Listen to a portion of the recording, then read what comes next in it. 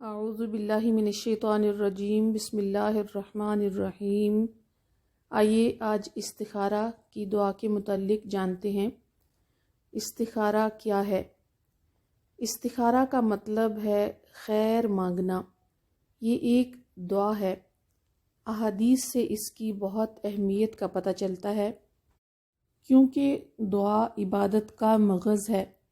سیدنا جابر بن عبداللہ رضی اللہ عنہ فرماتے ہیں کہ رسول اللہ صلی اللہ علیہ وسلم ہمیں تمام کاموں میں استخارہ کرنے کی اس طرح تعلیم دیتے جس طرح ہمیں قرآن کی سورت کی تعلیم دیتے۔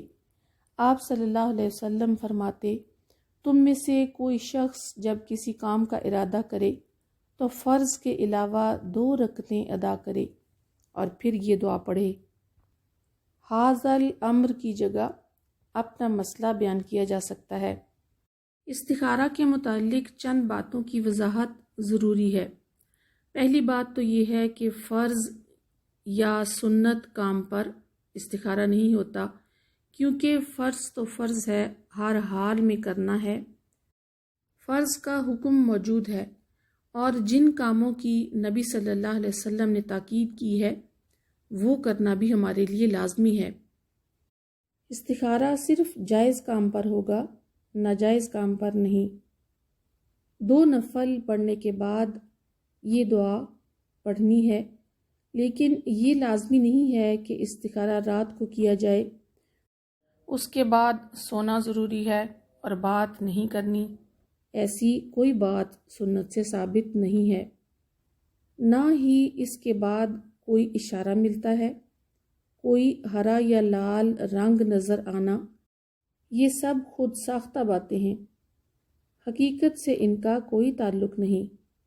کام شروع ہونے سے پہلے کیا جائے تو بہتر ہے، ورنہ جب یاد آ جائے تب استخارہ کر سکتے ہیں۔ استخارہ کرنے کے بعد بھی اگر کسی ساتھی سے مشورہ کیا جائے یا کوشش کی جائے تو یہ غلط نہیں ہے۔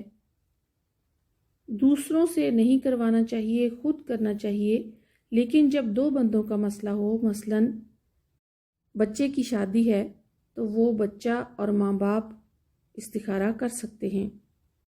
اگر استخارہ کرنے کے بعد بھی کسی کام میں نقصان ہو تو پریشان نہیں ہونا چاہیے۔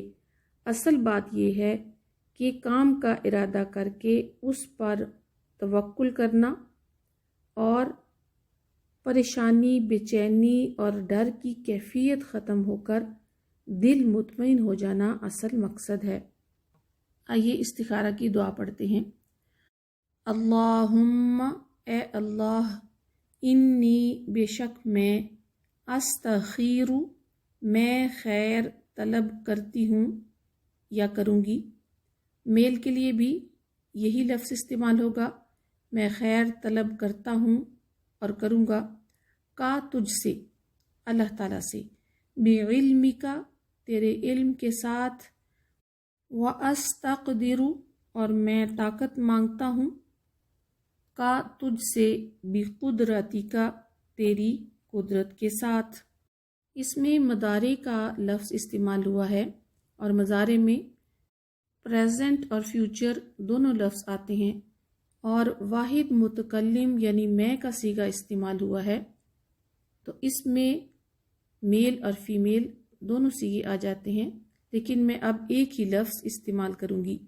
وَأَسْأَلُ، اور میں سوال کرتا ہوں، کا تجھ سے، مِن فضلک، تیرے فضل سے، العظیم، بہت بڑے، فَإِنَّكَ، پس بے شک تو، تقدر، تو ہی قدرت رکھتا ہے، ولا اقدر، اور میں قدرت نہیں رکھتا، وتعلم، اور تو ہی جانتا ہے، ولا اعلم، اور میں نہیں جانتا، وانت، اور تو ہی، علام الغیوب، خوب جاننے والا ہے چھپی ہوئی باتوں کو۔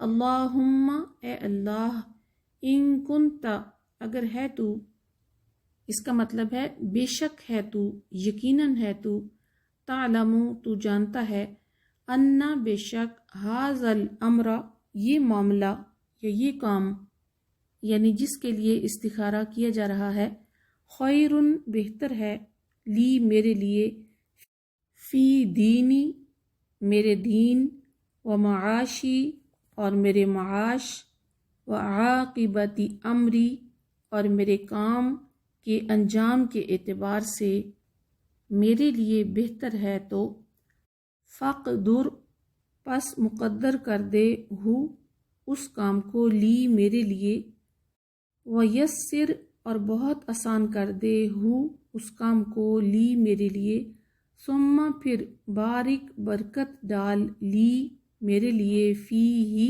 اس کام میں، وَإِن كُنْتَ اور اگر ہے تو، یعنی یقیناً ہے تو، تعلم تو جانتا، ان بے شک، ھذا الامر یہ معاملہ یہ کام، شرٌ برا ہے، لی میرے لیے، فی دینی میرے دین میں، و معاشی اور میرے معاش میں، و عاقبت امری اور میرے کام کے انجام کے اعتبار سے، فاصرفہ تو اسے دور کر دے، عنی مجھ سے، واصرفنی اور مجھے دور کر دے، عنہ اس سے، وقدر اور مقدر فرما دے، لی الخیر میرے لیے بھلائی خیر، حیث کانا جہاں کہیں بھی ہو، ثم پھر ارضنی مطمئن کر دے مجھے، بھی اس پر، اللہم انی استخیرک بعلمک واستقدرک بقدرتک واسألک من فضلک العظیم فإنک تقدر ولا اقدر وتعلم ولا اعلم وأنت علام الغیوب اللہم ان كنت تعلم ان هذا الامر خیر لی فی دینی و معاشی و عاقبت امری فاقدرہ لی ویسرہ لی ثم بارک لی فیہ